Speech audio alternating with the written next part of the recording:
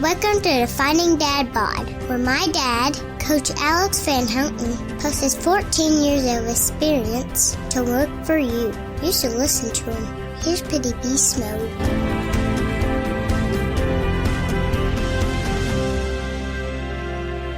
Who knows who we could be if we could become 1% better every single day.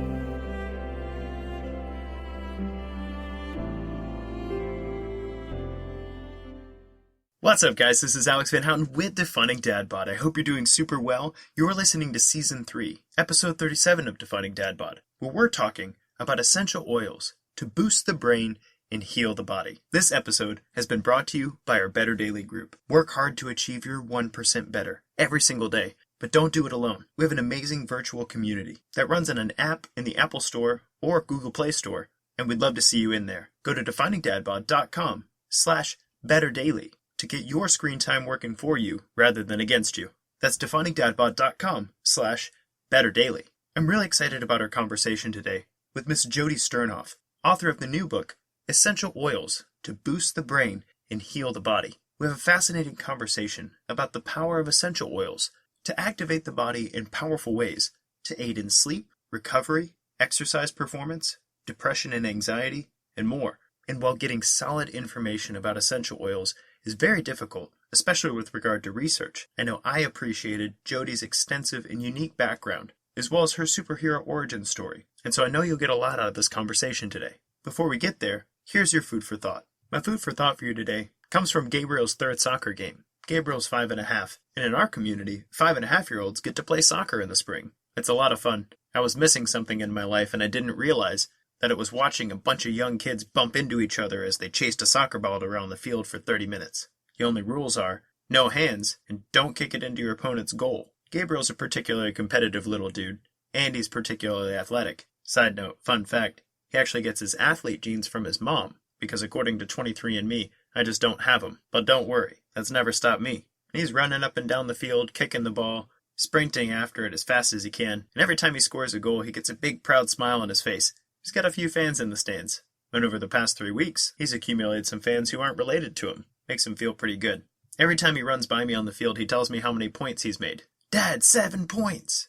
Dad, 8 goals today! And while I'm really proud of him for playing hard, focusing, doing his best, I high-five him for the achievements that he thinks are extremely important. But what I tell him is not that I'm proud of the points he's scored, but that I'm proud of the way he played, how hard he worked, how well he focused, how good he was to his teammates, and how sportsmanlike he is when the other team scores a point. You see, it's not important to me whether or not Gabriel scores a whole bunch of points. First of all, he's 5. Second of all, we don't play games like soccer to score points. Sure, in the immediate, but the long-term goal is to be invited to all the games, to play with our friends, to do something that's enjoyable, that other people want to be a part of, so that it gets better and better over time, and so that it never ends. That's why we say to our kids, it doesn't matter whether you win or lose. It matters how you play the game. For me, being familiar with the developmental literature, it's important to me that my son hears, good job, good work, keep it up, keep trying, be a good sport, be a good teammate, and don't stop improving. What does this have to do with you? Well, my food for thought for you today is this.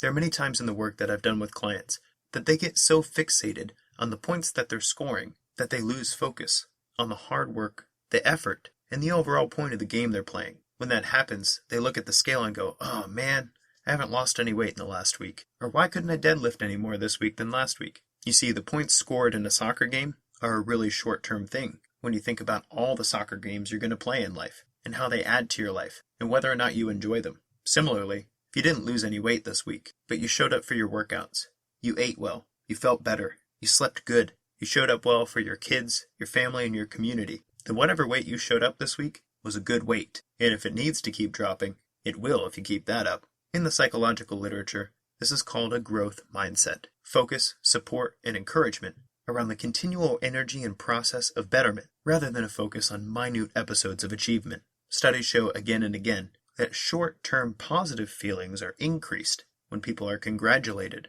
about their wins, but long-term progress in terms of learning, growth, and yes, even weight loss, is improved when consistency and discipline are the focal points for support and encouragement. Have you been putting your focus in the right place with regard to your health and fitness journey? Could you do a better job of recognizing the hard work, the good attitude, and the enjoyment of the journey rather than on the points scored? Take a moment to shift your focus. You're doing a good job. You need to keep up the good work. And if you fall down, pick yourself back up. That's something worth getting a high five for.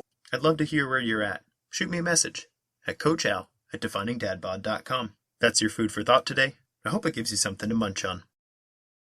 Now, let's get to my conversation with Jodi Cohen on essential oils to boost the brain and heal the body.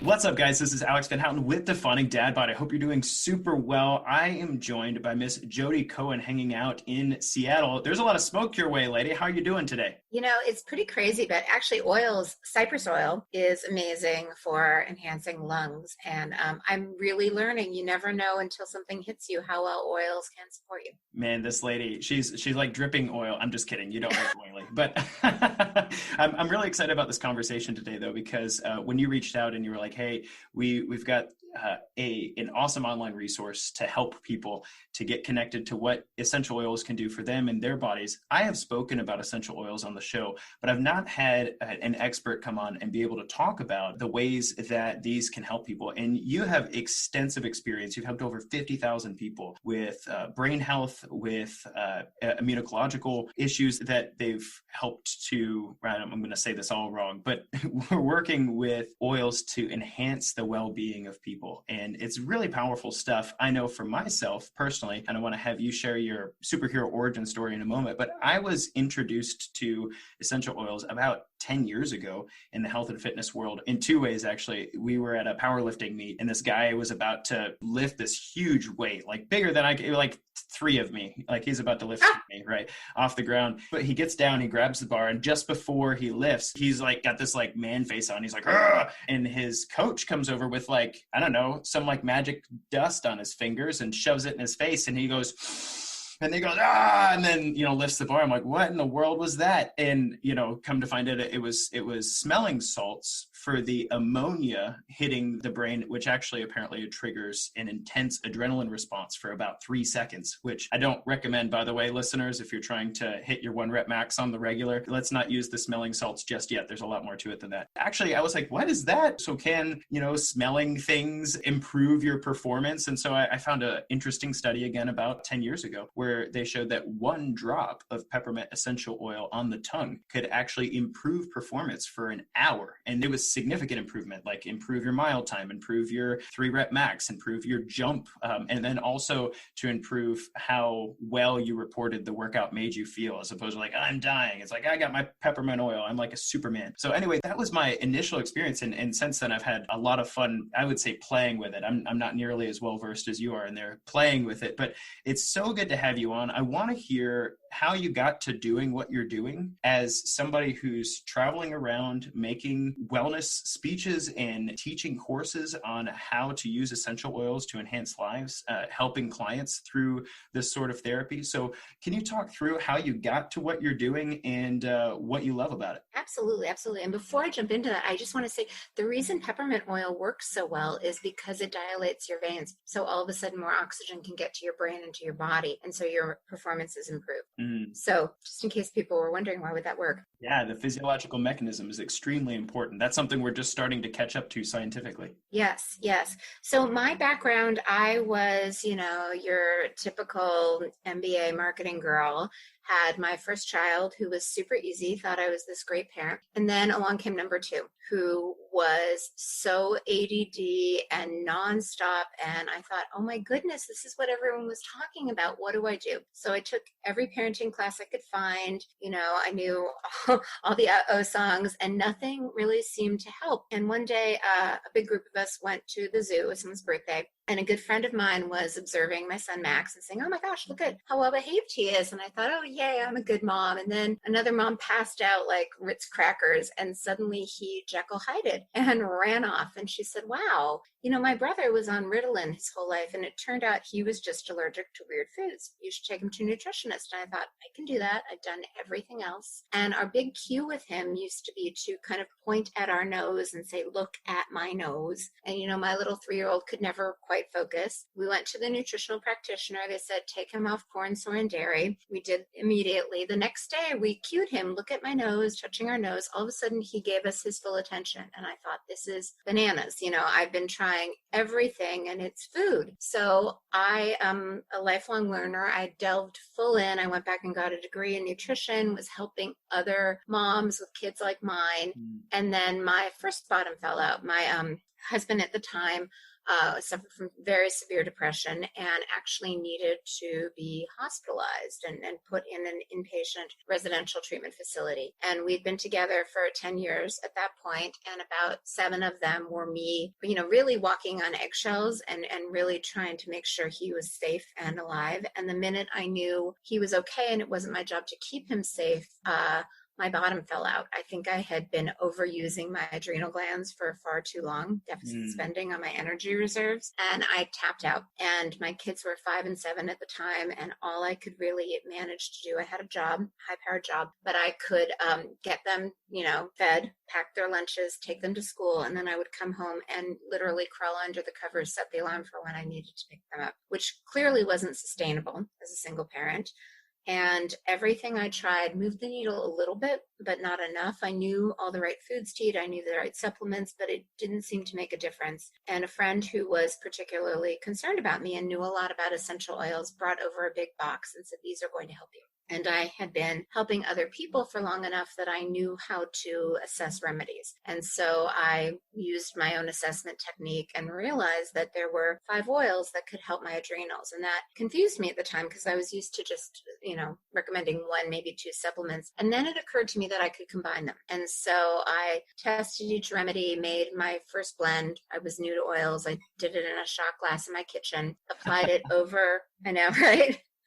Over my low back, which is where the adrenals are. And I felt like myself. I am a lifelong runner. Running was always what kind of pulled me out of any mood, but I just had no energy to run. And suddenly I thought, oh my God, I could go running. And I went running and it was fabulous. And I came home and I was like, I can clean the house. I can do the laundry. I can go to the supermarket. I got more done in that day than I had in the previous month. And it was kind of exceptional. And that night, you get your kids to bed and then you sit there wishing for sleep, praying for sleep, not getting sleep. And it occurred to me, because I know a lot about my physiology, it's like, all right, what can I do to trigger the part of your brain, your pineal gland, that releases your sleep hormone, melatonin, to work? And I thought, well, maybe an oil will do this. And so I made my second blend and I just kept, it's almost like, having this, gosh, I wish I had this. And suddenly you realize I can make that. Yeah. And I just kept making up remedies to kind of help my body get back into balance. And I got back to myself pretty quickly. And my friends all wanted to know, okay, what did you do? Like, we want to try it. And it seemed to work on everyone. And then a friend said, there's a conference coming up. You should go. You should be a vendor. It was super affordable. It was like maybe $200. And I thought, well, gosh, someone has to be doing this. Like, it seems so obvious. So I started researching and realized no one's doing it this way. And the other thing that surprised me is that the way essential oils were presented felt so incredibly complicated that if I had had the mental capacity to actually research first, I would have felt unqualified and I never would have done it. So that's really how I got into this, was just, realizing I could help people. And if there's something I can do to make someone's life easier, why not? So I just started putting things out and people started finding me through Dr. Google and buying them. And then I'd notice certain patterns and think, gosh, I wonder why that works. And so I'd reverse engineer. I'd go and look and realize, oh, of course, this oil, of course, peppermint works to improve performance, because if you can get more oxygen into your brain, then you can actually work better, 100%. And I appreciate that superhero origin story. So you went from being a vendor of your own personal blends and going, gee, like, why are there not more people in the space, to where you are now? And what would you say you're doing now? Because I know there's quite a gap between where you started and, releasing your own book on the subject and having a company that does this sort of thing. So what was that interim like? So I've worn a lot of hats. My original undergraduate degree was actually in journalism, and I worked as a journalist for a while. And so the kids were little, they were 5 and 7. I launched this company. I thought I was launching to practitioners, but a lot of really smart, chronically ill people were finding me. And every week I just committed to write a blog because it was fun for me. I'd get to research, like, what is this issue? What is causing it? And at the time, I'd always kind of looked at the root causes of things, which can range from your ability to digest food, your ability to manage stress, your blood sugar, your circulation, your inflammation in your body. So I was always looking through the lens of the underlying root cause and what organ systems are involved. For example, one of the biggest problems that kind of leads to compromised immunity and, health problems is, garbage in, garbage out. We have so many toxins that we aren't eliminating because in the whole process, there are a lot of bottlenecks, right? To get something out of your system, it has to go from your cell into your lymphatic system, which flows into your bloodstream, which then takes it to your liver, which kind of processes it so it can be eliminated either through your gut or your kidneys as urine or feces. And then it goes to the gallbladder, the gut, and ideally to the toilet. But at any point in that system, that kind of elimination process, it can get stuck like a bottleneck. And just like if there's a car accident a mile up, it can back up the traffic. And so then those toxins don't leave. Your immune system's like, gosh, this doesn't belong here. So it's reacting, it's causing inflammation. And oils are really interesting. They can help move.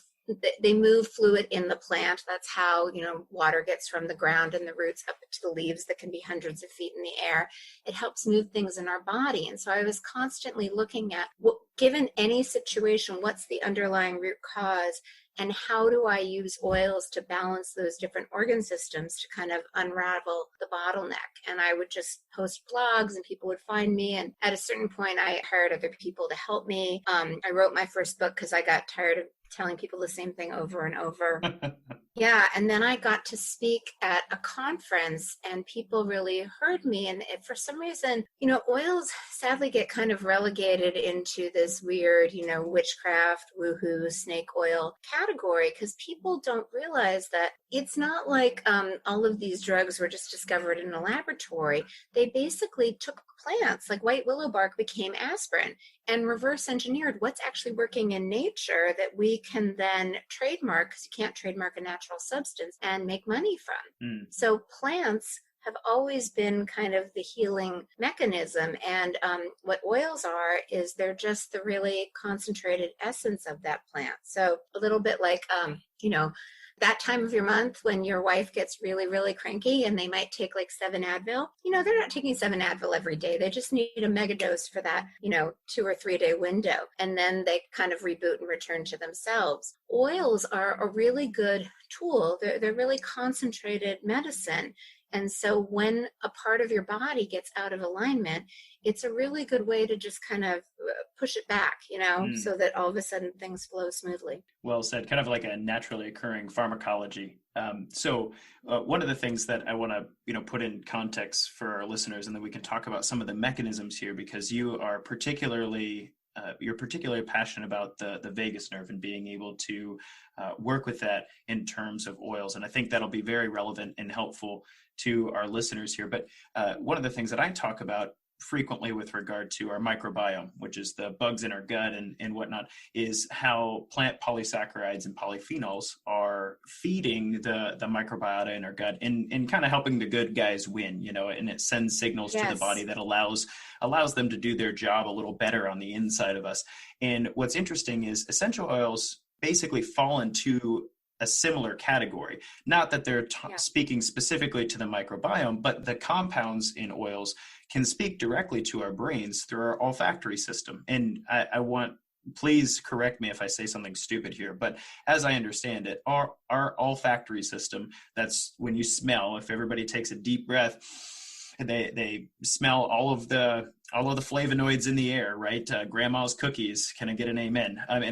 It's actually directly connected to your emotional centers in your brain, your limbic system, and also several other nervous system components. And that's why when you smell something, you are immediately transported to memories of those smells that you've had prior. And the polyphenols, the actual oils themselves that make up those compounds, those flavonoids from certain plants, can have a profound effect on that system. And it can also have a profound effect on different areas. I'm familiar with ginger helping to not only stimulate peristalsis, which is, the digestive tract moving through, but I'm also familiar with ginger helping with gastric emptying, meaning like if you're somebody who gets a lot of acid reflux, for instance, and your stomach's not emptying into your large intestine, ginger oil can actually be really helpful with that. And that's not acting on your olfactory system necessarily, but it is something that's naturally stimulating the body to do something that you could take a medication for, but they've just worked really hard to figure out how ginger does its job and make a compound that does something similar, right? So if you wouldn't mind for me, could you take me and the listeners through some of the pathways that oils affect us, and then help us to understand what this vagus nerve thing is and why it matters? Yeah, you made a lot of great points that I'd love to unpack. Yeah, In please. fact, in my book, I kind of do talk about flavonoids and how they've noticed flavonoids in essential oils. So I'm going to go in this order. I'm going to talk about kind of olfactory, Okay. and then the skin, the topical channel, and then actually the digestive channel. And the vagus nerve does connect the brain to the gut. Perfect. So what you were talking about when you eat a variety of plants and flavonoids, it's not only the fiber, but it's actually the chemicals in the plants that turn on the good bugs in the gut that then help connect from the gut up to the brain, the vagus nerve.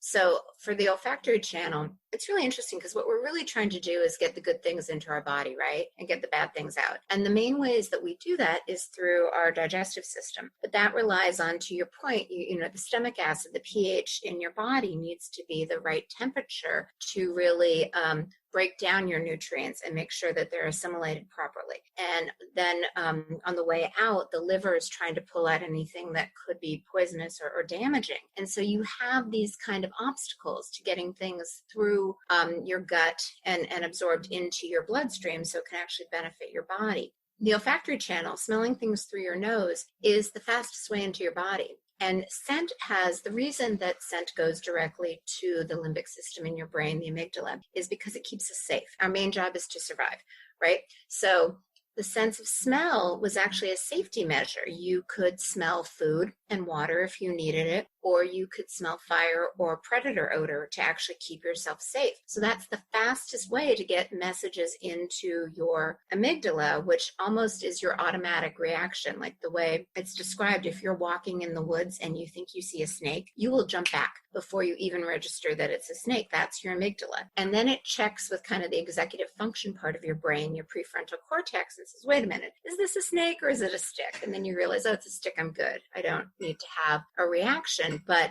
smell, there's a researcher actually out of Seattle, her name is Linda Buck, and she was looking at kind of the pathway of odor receptors in the nose. And she realized there are specific predator odor receptors that kind of turn on that fear response. And then she took it one step further and said, what could turn this off? And it turns out it's the smell of roses. So stopping to smell the roses actually is turning off those fear signals. So it really calms you down. So rose essential oil is really great for managing anxiety and fear. Mm-hmm. And what happens is you smell something and, your nose cell is actually brain cells. It goes directly into your brain, but it kind of sets off this signaling cascade. It's a chemical signal that goes from the molecules to the brain, sends a signal that can either stimulate or sedate you, and then your body interacts from there.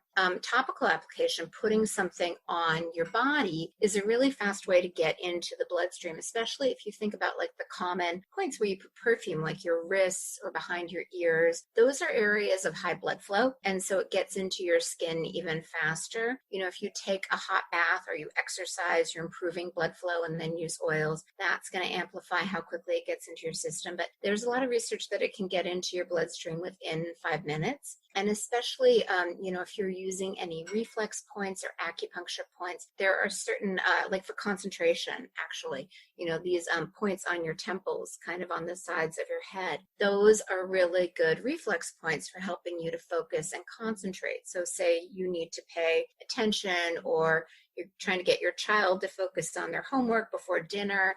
Peppermint, it can feel hot, so you would definitely want to dilute it, cut it with another oil, like it could be a cooking oil, coconut oil, olive oil, but just putting it on the temples or smelling it really helps enhance concentration, because it's basically causing blood flow to go to that part of the brain, and that's the part of the brain that helps you concentrate. So those are kind of, and then some people ingest oils. That's not my preferred method. But getting to the vagus nerve is cranial nerve number 10. And it's involved with your autonomic nervous system, which is basically all of your automatic functions that you don't need to think about, like breathing, having your heart beat, digesting, detoxifying. It's involved in your immune function and your ability to anti-inflame. And it's kind of the key information highway that runs between your brain and the rest of your body. And it runs both ways. So it's your brain sending messages down through your body, and then your gut, if you think about, almost all of our input goes through our mouth, our nose, our eyes, our ears, and that all kind of drains into the gut. That's why the immune system lives in the gut. It's kind of the first line of defense. Well, the skin is the first line of defense, but the internal barrier where it's like, is this a good guy? Is this a bad guy? Does this get into the bloodstream? Does the immune system then react to it?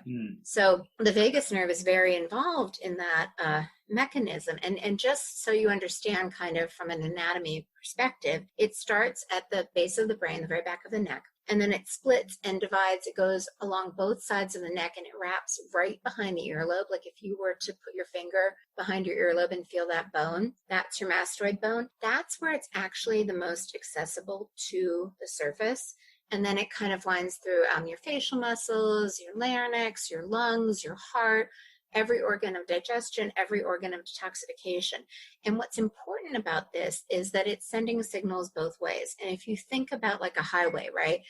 There's traffic that goes both ways, but if suddenly there's a car that's jackknifed in the middle, no traffic is flowing.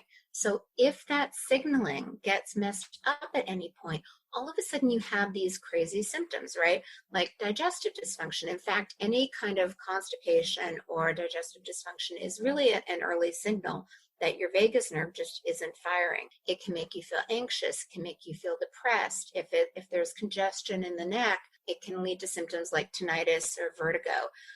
It can be the root cause of all inflammatory diseases. It can complicate your sleep, your ability to detoxify. It's kind of the lowest hanging fruit. Like if something is not quite working, that's often lying at the root cause, but no one thinks to look there, because we've been trained to kind of chase symptoms. But if you're really looking for the foundational underlying issue that is the root of most disease, it's often that your vagus nerve just isn't working, which we don't even know to think about. But here's the good news. There are really, really easy ways to get back online. And it's anything that engages any of the organs that it innervates. So all of the deep breathing exercises, especially those that have longer exhales, like that box breathing technique, you inhale for 4 seconds, you hold, for 4 seconds, you exhale for 8 seconds, you pause. That's great. Anything like cold water, cold water actually stimulates blood flow because it makes the veins constrict, and then the warm blood goes there to dilate it. So that splashing that on the face, on the neck can activate it. Gargling, social connection, meditation, or you can use essential oils, kind of on that point that I talked about, that point right behind your earlobe on the mastoid bone. And what I found is that a combination of stimulatory oils, I like clove combined with lime, and it's 25% clove, 75% lime, and then dilute. Lime has really small molecules. Clove is amazing in so many ways. It's super high in this constituent eugenol, which is good for a number of reasons. So it stimulates this vagus nerve to activate the parasympathetic state of the nervous system. And I should land there for a minute. Your body has kind of two gears, like a car, right? It's got the gas pedal, which is if there's a danger and you might die, your body kicks into high gear to keep you alive. The blood flows to your arms and legs so you can escape. Your pupils dilate, which means the black part gets really big, so you can see how to escape. You can either fight or you can flight or you can freeze, play dead, so that the tiger thinks you're dead and moves on. That's really great for keeping you alive. That's not really great for day-to-day survival. So the break is parasympathetic state of your nervous system. And that's when the blood flows back to your gut so that you can absorb your nutrients and heal, to your organs of detoxification so you can eliminate toxins. It turns on your ability to, inflammation is complicated because in the short term, being in that survival adrenalized state actually stops inflammation, because if you twist your ankle and you can't run, you're going to die. But over the long term, it has the opposite effect. It kind of allows inflammation to run rampant.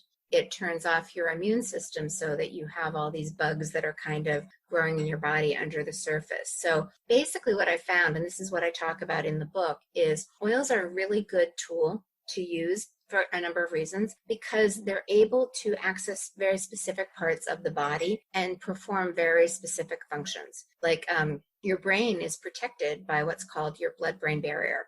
And it only allows super, super small fat-soluble molecules to get through. This is one reason that essential fatty acids are fabulous brain food, because they're the right size.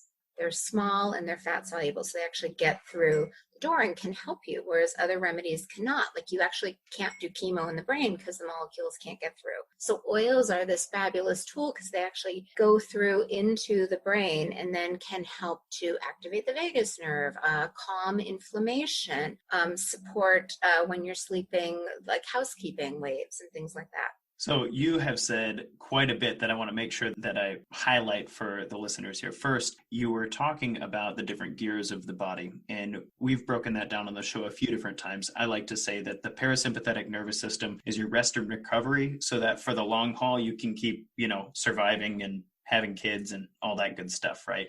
But then the sympathetic nervous system is the survival mechanism. If you don't make it in the short term, then the long term doesn't matter, right? So we say we don't need to digest our food. We don't need to be aroused to make babies. We don't need to grow fingernails and hair if the lion's going to eat us. And so the sympathetic nervous system is where many people in today's world live. It's dopaminergic. It's the buzz on your phone. It's the email you got from your boss. It's the sitting in traffic thing.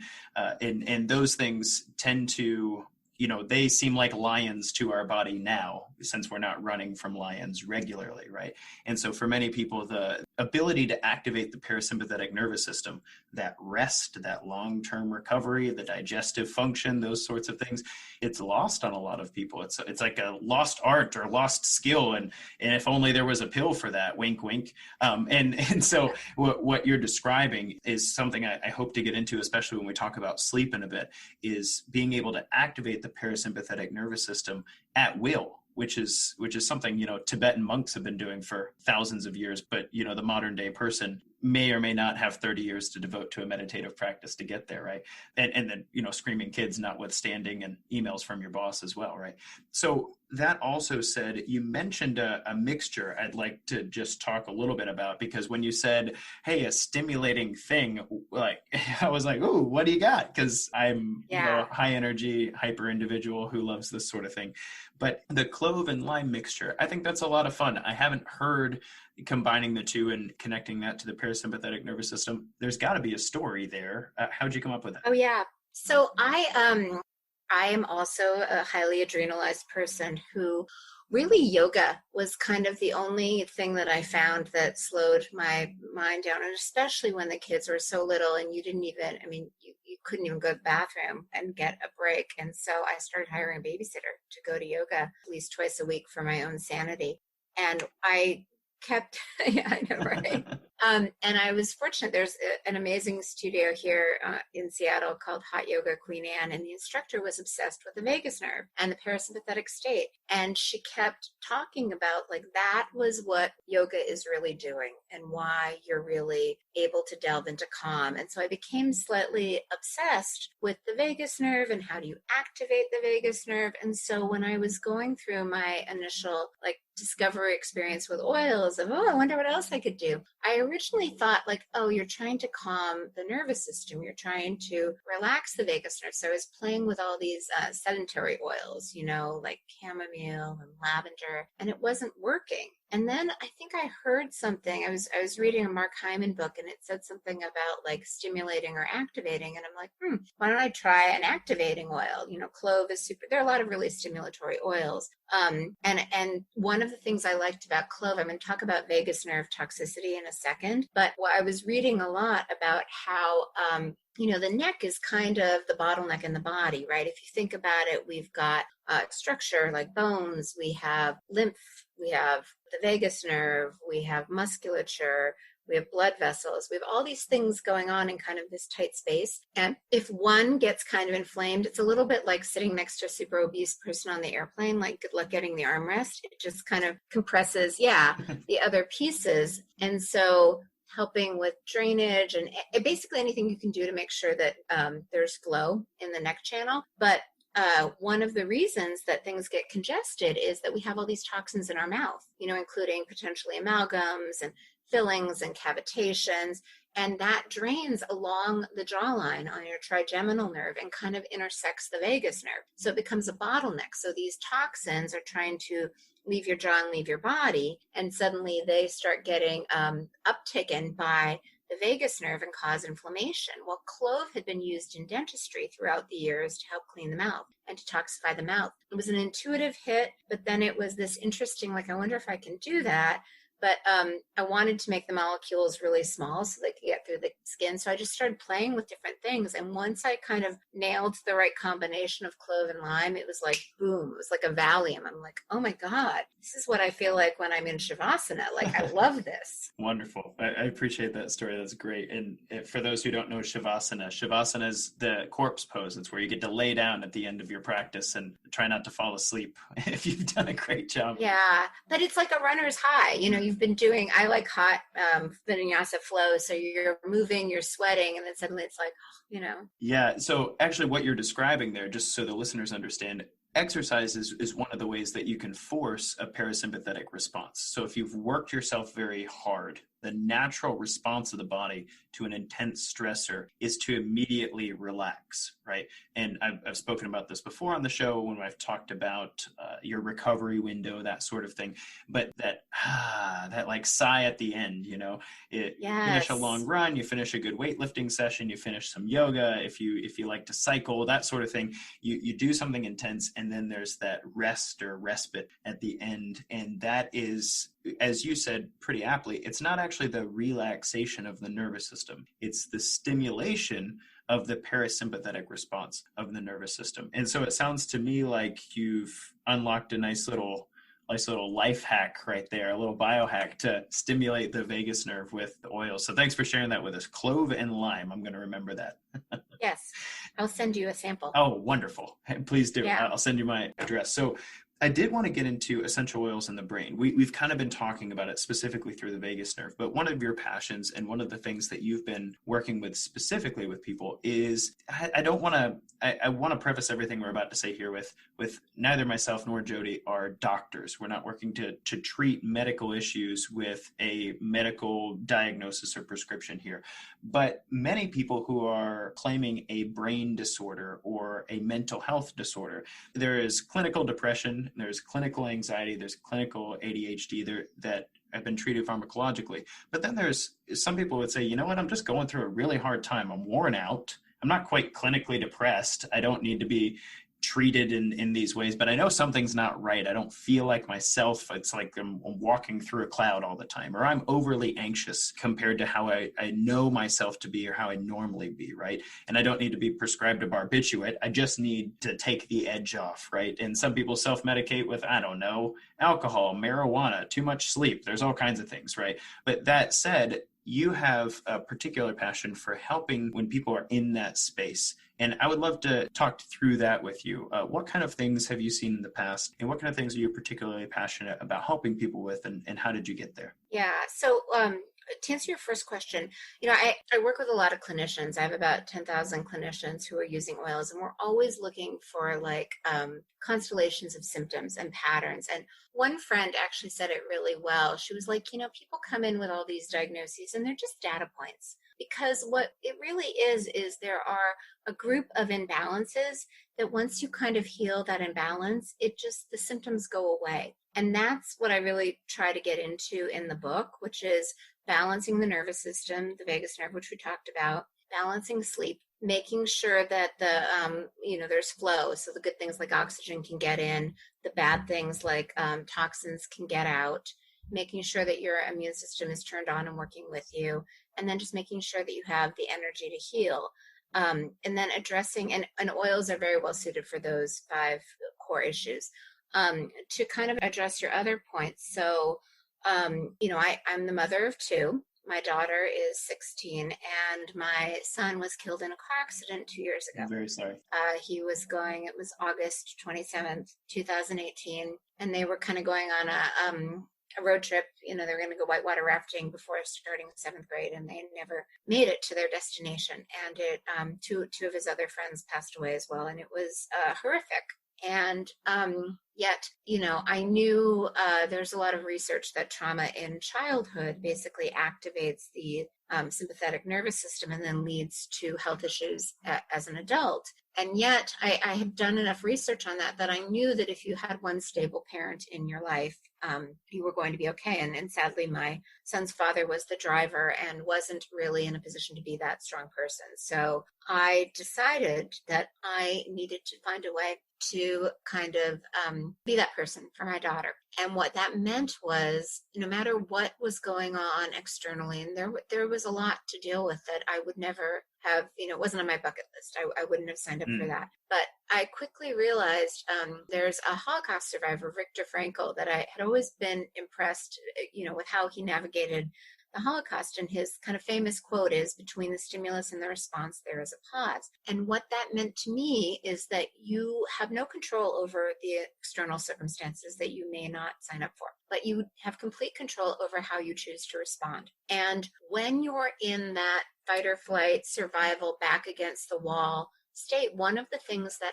happens is your ability to see options kind of shuts down, because to stay alive, you really only need to see that next best choice. And so I knew that I needed to get myself into the parasympathetic state, because every day there would be crazy fires that I would have to put out. And if I was reacting from that kind of overwhelmed, stressed, anxiety place, I never made good choices. So I needed to find a way. And for me, it was this parasympathetic blend. I mean, I tell people to apply it 3 times a day before meals. There were days when I probably applied it every 20 minutes. And I'm going to share another application strategy that was really fantastic for anxiety attacks. But I kind of very quickly realized that I needed to shift myself into this gear of balance, where I could be discerning, where I could look at kind of the incoming challenge and say, like, okay, I have choices. Like, what are all my options?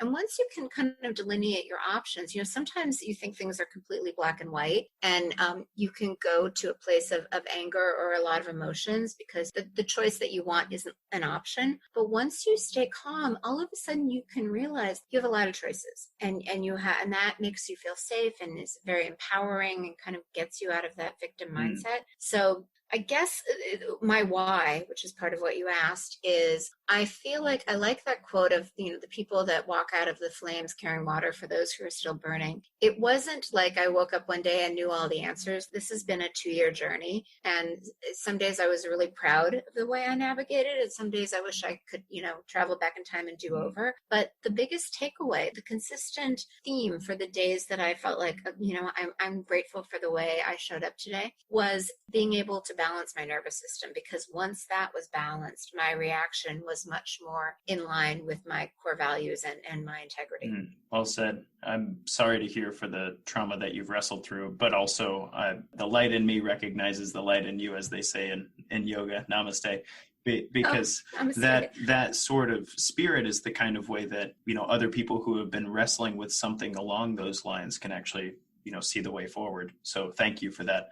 Now, brain disorders don't really always fall into the level of trauma necessarily. Like if somebody has the proclivity toward anxiety or the proclivity toward depression, it could be seasonal. Like you could be in a place where you don't get enough sun for 3 months.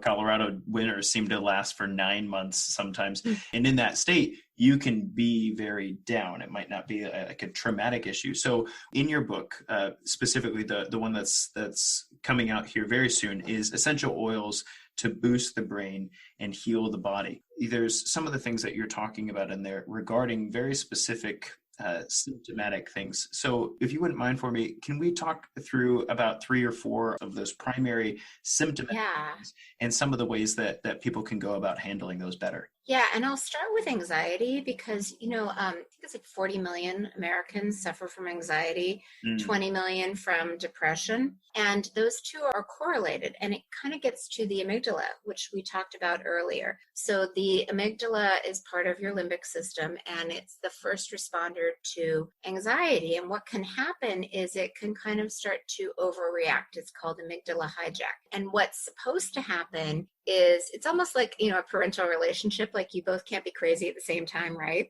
So one of you is flipping their shit, as my daughter would say, and the other one has to be kind of the cool cucumber and balance each other out. So that relationship is between the amygdala, which is constantly, its job is to overreact to keep you safe, and then the behind your forehead part of your brain, your frontal lobe, frontal cortex, which is always kind of the check and the logical, responsive one. And those two parts of the brain are supposed to communicate, but sometimes what happens is the amygdala starts going on its own loop. So that's kind of the amygdala hijack, and an underactive frontal lobe is highly correlated with depression. So the way you unravel that, and what's fantastic about oils, especially the fact that your olfactory nerve, cranial nerve number 1, your nose, goes directly to your forehead. That's the easiest way to get there. So you can either smell something or topically apply it on your forehead. And what you're doing is you're activating that rational frontal lobe. You're calming depression and you're kind of calming the amygdala loop. So taking this a little bit more complicated and further. Wait, can I pause you real quick? Absolutely. That's actually where people say, take a deep breath, because it's the same idea, actually. Taking a deep breath oxygenates the prefrontal cortex in addition to a few other things. But it's the idea that, hey, before you do anything, like take a deep breath and let's think through this before the amygdala keeps rolling. Okay, keep going on, diving deeper down this rabbit hole. I like where you're going. Yeah, no, and that's true. I'm sure there are a lot of things that correlate, but when you're having a panic attack, and I have had more than my fair share, what is happening is that your brain has 2 hemispheres and they do different things. And the right frontal hemisphere is overreacting and causing you to feel panicked. And so it's a little bit like weightlifting, right? If your biceps are super strong, you also need to work your alternate muscles, your triceps, so you stay in balance. So anything you can do to stimulate that left frontal part of your lobe will put the 2 hemispheres in balance, and you'll feel less anxious immediately. So the easiest thing that you can do is to smell something through your left nostril. You can hold an oil under your nose. In fact, when my son used to do basketball and I'd drive carpool, I'd just keep a bag of tangerines in the car because, sweaty, smelly teenagers, I'd give them all a tangerine. The oils live in the peel of citrus fruits. They'd all unwrap the tangerines because they're hungry, and the car would smell like tangerine. You can just peel an orange or a tangerine and smell it. Way better than sweaty socks, that's for sure. I know. And the car smells like sweat. Anyway, but to hack your kind of panic attack or anxiety attack, just smelling something through the left nostril, and it can be as quickly as like a breath. It can be up to 7 breaths, but you'll usually find that you calm down very, very quickly. I appreciate the explanation of the hemispheric difference, because as I've been aware that you can activate one side or the other through the nostrils, but when somebody says, oh, breathe through just this nostril, I'm like, that's kind of weird, like Yeah, yeah. Well, that's what pranayama breathing is doing, is actually activating different hemispheres at alternate nostril breathing in yoga, where you hold one side and the other. Yeah. Well said. So thank you for that. So anxiety and depression, what specific oils are you saying to inhale through the left side to calm the anxiety there? Honestly, it's not, it's a smell, kind of like how you crave certain things, like your wife might crave chocolate around her period Mm. because she needs magnesium. Maybe when she was pregnant, she was craving meat because she needed iron. It doesn't matter what oil it is, it's whatever appeals to you. And this idea of, oh, this works, like frankincense is an interesting one because sometimes it smells delicious and sometimes it smells repugnant. Mm. It's really whatever you feel the most attracted to. A lot of people like orange. Orange is very appealing to most people and to children. Peppermint can be strong. Lavender can be really appealing. Just, start with whatever smells good. Just go in the supermarket and smell and say, I like that one. Lemongrass. So what's your favorite? Let's say you're in a high anxiety state right now and you're going to reach for one on the counter in front of you. What would you go for? Well, orange I love, but honestly, with what's going on in the world, there's this oil called blue tansy from Morocco that's really great at kind of modulating any respiratory issue. Mm. It really, herbs, plants can be adaptogenic, which means that they meet you where you're at. So, for example, if you're really stressed and you're releasing too much of the stress hormone cortisol, it will calm you down. If cortisol is deficient because you've basically been deficit spending and don't have any in the bank, it kind of boosts it up. It's not, like a lot of the pharmaceutical cocktails that we take are designed to either stimulate or sedate. They don't have the plant intelligence and the discernment to just do whatever your body needs. So blue tansy is really amazing for respiratory issues, as is cypress. Mm. Cypress is great at really helping, like say you're living in one of these areas like Seattle that has a lot of just smoke at the moment, or you're struggling with any kind of respiratory issue. I would definitely go for blue tansy or cypress, but otherwise just whatever smells good to you. Awesome. I appreciate that. So we've talked about a lot of things so far. One thing I wanted to make sure that we got to was sleep. Yes. As a practitioner with nutrition, exercise, lifestyle change to help people transform themselves, the thing that I have beat my head against a wall for 14 years is helping people to sleep better. And, it's different for everybody. There's the basics, make sure the room's dark, make sure the room is cold enough that you can drop the body heat that you need to get sleepy. Make sure that your nighttime routines are the same. Get away from the light sources. There's a bunch of different things that I've talked about on the show, even some supplemental things that people can get connected to. Now, I have not covered essential oils. To me, that's like a realm of, in our house, we use a few to set the mood of sleeping and to keep our sleep chamber sleepy. But that's not something that, if you Google great studies on sleep and aromatherapy or double-blind placebo-controlled trials or something like that, you can't find much. It's hard. Yeah. Like outside of lavender, it's hard to find, So what in your experience has been helpful for addressing these sleep issues? And, maybe it's just sleep altogether, or maybe there's some specific things like if you're waking up regularly, or if you're not getting the rest you need, or if you can't shut off your brain, that sort of stuff. Yeah. And there are different issues that kind of trigger problems falling asleep and problems staying asleep. Lavender, there has been a lot of research that lavender can be sedentary, but it's a little bit like Benadryl, like when our kids were little, they used to say, give them Benadryl on the long flights because it will knock them out. But one pediatrician was always like, test it first because some kids it makes hyper, Yeah. and lavender can also be stimulatory. One of the things, if lavender does work for you, it's great to combine it with an Epsom salt bath, because Epsom salt is magnesium, which is really calming. So the recipe I like is 2 cups of Epsom salt, 1 cup of baking soda, and I'm efficient. So I just put it straight in the bathtub before adding water. And then I add a couple drops of lavender and mix it into the salt because oil and water don't mix. So you don't want the lavender floating on top. And then just add super hot water and stay in there as long as I can. I aim for 20 minutes. That's a great kind of calming strategy for kids that involves oils. Now, in terms of oils, so there are two issues at play, three issues actually. So if your issue is falling asleep, that actually has to do with the balance of your stress hormone cortisol and your sleep hormone melatonin. They work with each other, but kind of have an antagonistic relationship. Think of like a teeter-totter. So if one is high, the other is low, which keeps you alive. To your point, if the lion is chasing you, you can't really take a nap. You're probably going to die. So what we didn't talk about is this idea of thought-driven and anticipatory stress, and how your body can't really differentiate your concern about your boss or your screaming child or your marriage or whatever's going on and the lion chasing you. So if you're worried and you're thinking about things, that triggers the same chemical reaction, so the release of cortisol, that an actual physical danger would. And the counter to that is melatonin, which is your sleep hormone that's released by your pineal gland in response to darkness. Your pineal gland is actually kind of right in between your eyes, so it can take in light and discern when, it's nighttime and you go to sleep. So we've created a blend that I call circadian rhythm that you apply like top of the head, basically around the pineal gland, over the ears, back of the head, mostly because people don't like to put oil right between their eyes.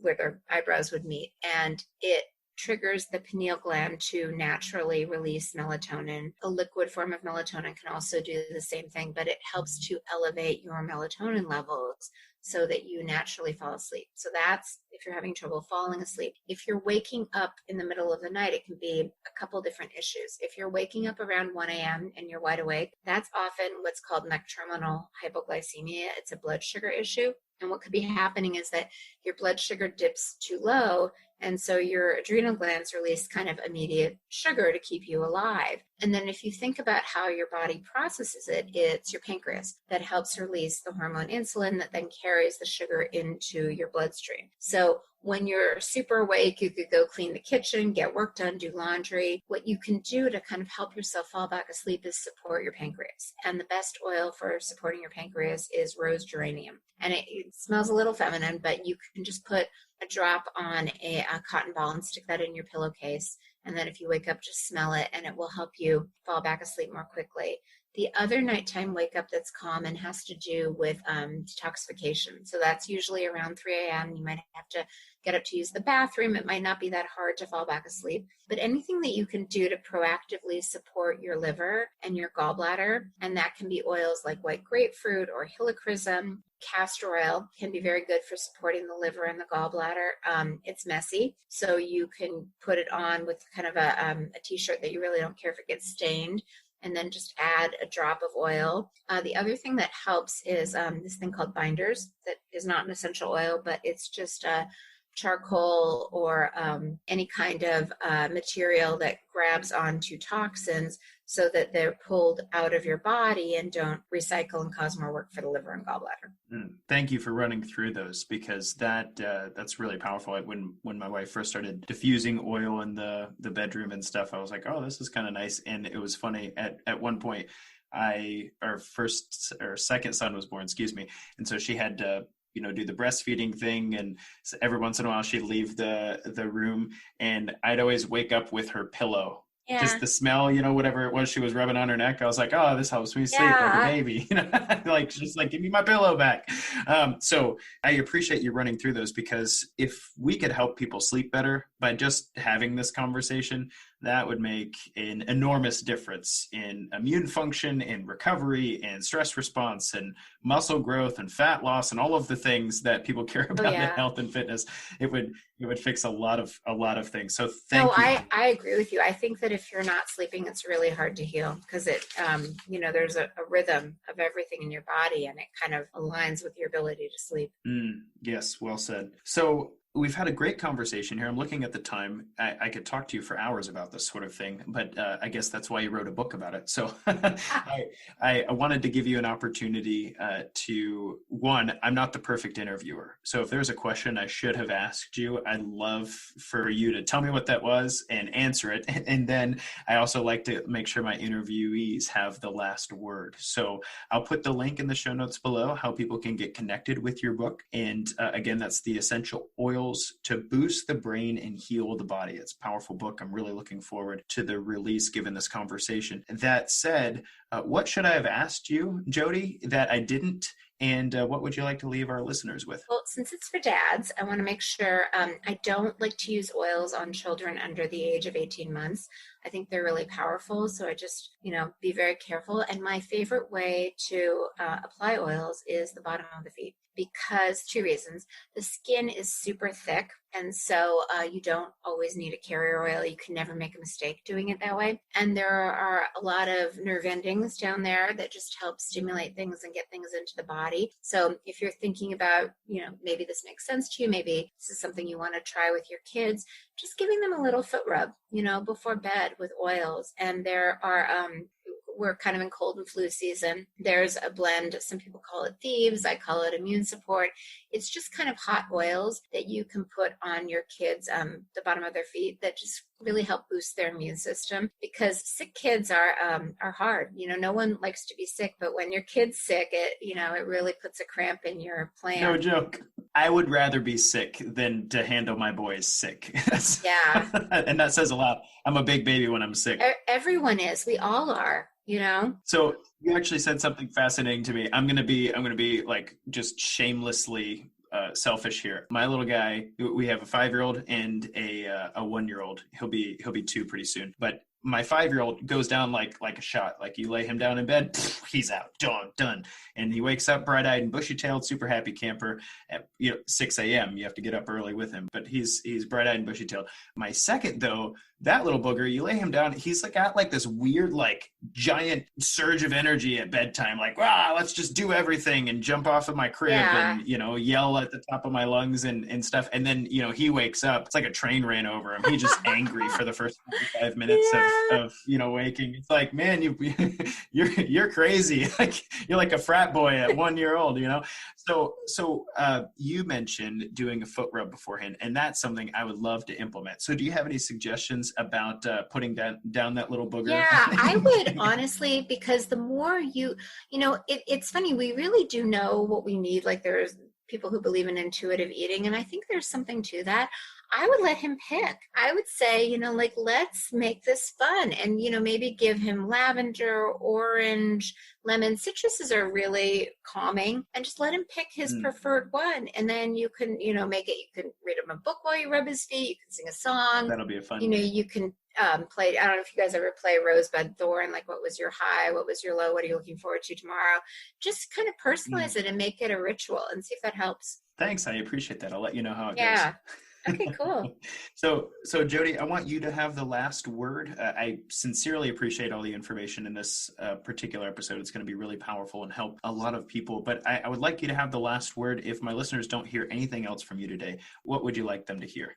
I think that activating your nervous system, kind of shifting into the right gear. If you're trying to bike up a hill in high gear, it's going to be harder. So the more you can turn on your parasympathetic nervous system, the easier everything else is going to be, because it's your nerves that send signals to your muscles. So you'll be stronger. We didn't even talk about how it's the anti-inflammatory reflex, so it heals better. So just, think about, the book has a lot of information about activating the vagus nerve, but even if you just want to Dr. Google, I think it can make a really big difference in your life when you start to take, control of the reins and just navigate the state of your nervous system. It's very empowering. Well, thank you so much, Jodi. Again, I'm going to say namaste. Namaste. It's been a powerful conversation with you. And to the listeners, you guys know what's coming. This has been Alex Van Houten with the Funding Dad Bod. Until next time, guys, kick butt, take names.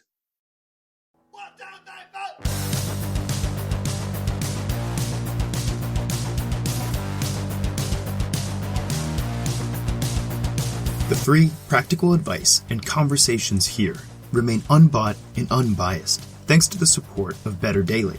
If this episode has been helpful to you, share it with someone in your life who you know it will benefit. Then, subscribe to the podcast and leave us a raving review to tell others what value Defining Dad Bod has brought to your health and fitness journey. Finally, if you're struggling for betterment, don't do it alone. We all have a cross to carry, and it's lighter when we do it together. Go to definingdadbod.com/betterdaily to get supported, challenged, and inspired to take yourself to the next level. Who knows who we could be? if we could become 1% better every single day. Go to definingdadbod.com/betterdaily today. That's definingdadbod.com/betterdaily.